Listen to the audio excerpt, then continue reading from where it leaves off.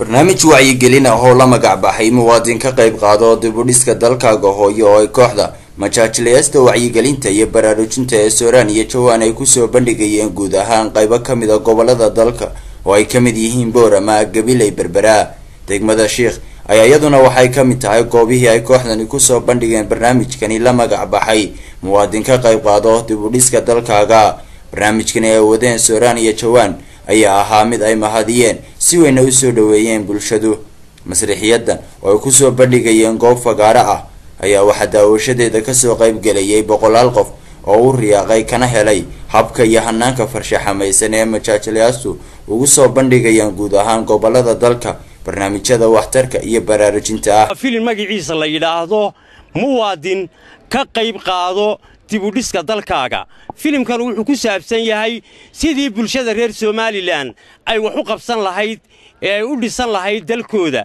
mahmaadi oran jirtay cidina uma maqnaa alla uma qodna qof kasta waxaan ku codsanaynaa muwaadin macalaanigana ku dhaho aniga iyo saaxiibkay Sooraan Ismaaciil Sugulle waa abwaanka dhinacayga taagan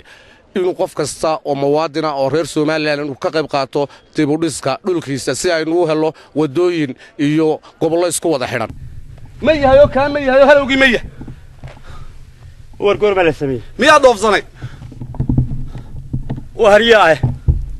wallahi wala sameeyay wariyaa tadee ma yahayo halowgii ma leeyo waqaasoo ma aragtaa sulxa ma yahay alxamdulilaahi rabbil caalamiin ee alxamdulillah horta dunida iyo dadka iyo dalka iyo dadka warayso oo waa garanti kanu yahay waa garanti baan ku dhaw madaxa ku furto mid wala tahay liyo